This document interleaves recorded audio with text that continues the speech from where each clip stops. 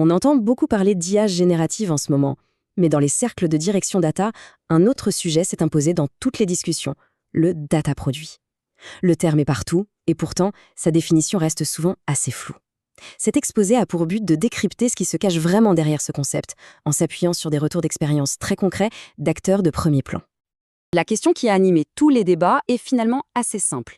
Est-ce qu'on parle d'un simple effet de mode, un buzzword de plus, ou est-ce qu'on assiste à une véritable révolution dans la manière de valoriser les données? Pour tenter d'y répondre, les experts présents ont analysé la réalité de cette approche dans des entreprises comme Heineken ou AXA. Pour structurer la réflexion, les échanges ont suivi une trame en 5 temps. D'abord, essayer de définir précisément ce qu'est un data product. Ensuite, comprendre sa valeur à travers des cas d'usage. Puis, aborder le modèle opérationnel et l'écosystème technologique nécessaire. Et enfin, synthétiser les facteurs clés de succès dans ce qui s'apparente à un triptyque. Alors, commençons par le début. Qu'est-ce qu'un data product ? Ce qui ressortit très clairement, c'est qu'il ne s'agit pas d'un concept purement technique. C'est avant tout un objet de valeur, dont la définition et les contours varient en fait beaucoup selon la culture et la maturité de chaque organisation. Pour rendre l'idée plus concrète, une analogie proposée par Orange Business a été particulièrement éclairante. La donnée brute, c'est un peu comme l'eau du robinet. Elle a une valeur intrinsèque, c'est certain, mais son accès n'est pas toujours simple et sa qualité, pas toujours garantie. Le data product, à l'inverse, c'est l'eau en bouteille. C'est un actif qui a été traité, packagé pour être facilement et sûrement consommable.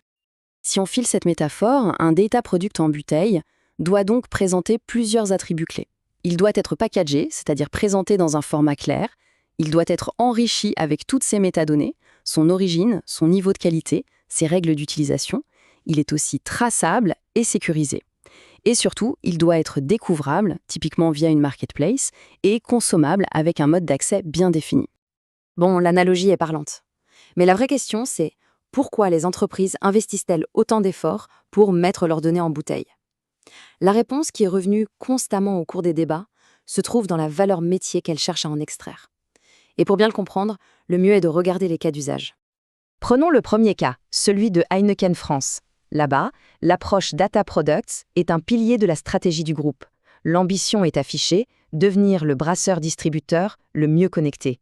Et cette vision stratégique se traduit par des applications très concrètes. Par exemple, un système d'alerte basé sur l'IA prévient les commerciaux quand un client du secteur des cafés, hôtels, restaurants semble avoir manqué une commande.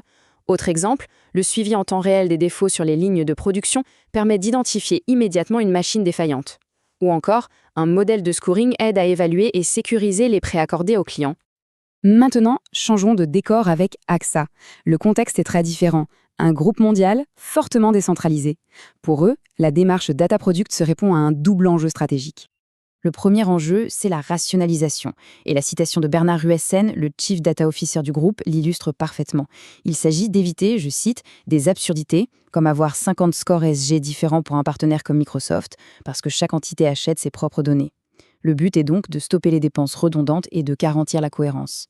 L'objectif complémentaire, bien sûr, est ensuite de démocratiser l'accès à ces données qui ont été centralisées et fiabilisées.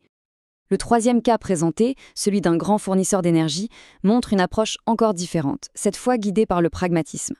Ici, la productisation des données n'est pas une grande initiative théorique, mais bien une réponse directe à des urgences commerciales. La démarche est donc entièrement tirée par des besoins très immédiats.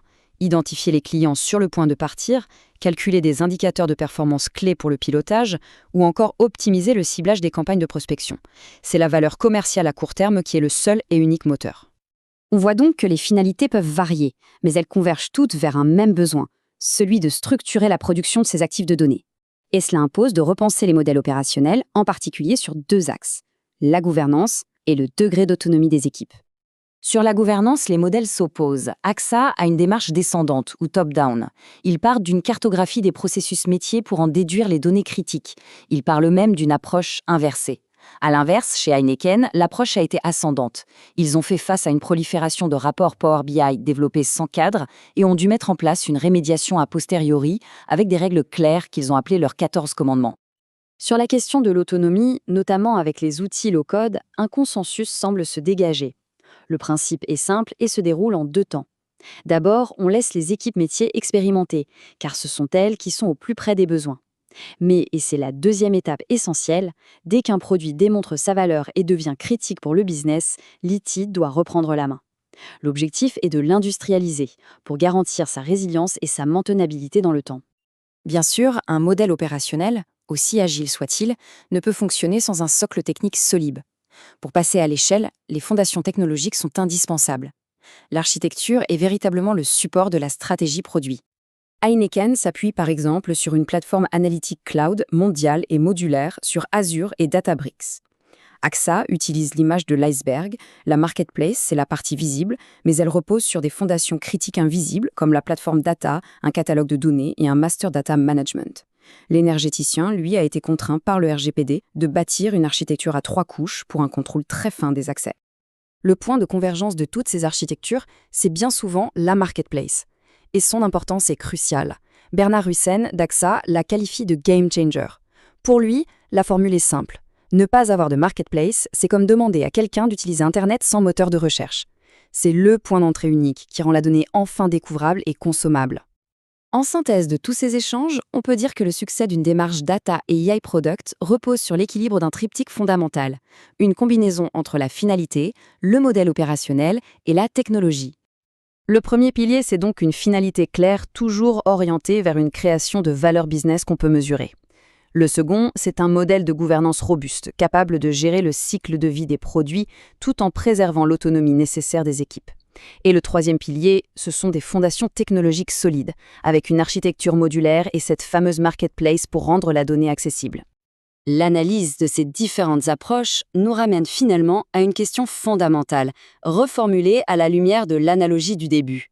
Au sein d'une organisation, est-ce que les données sont encore traitées comme de l'eau du robinet, ou est-ce qu'une véritable démarche a été engagée pour les transformer en eau en bouteille, c'est-à-dire en un produit à forte valeur ajoutée ?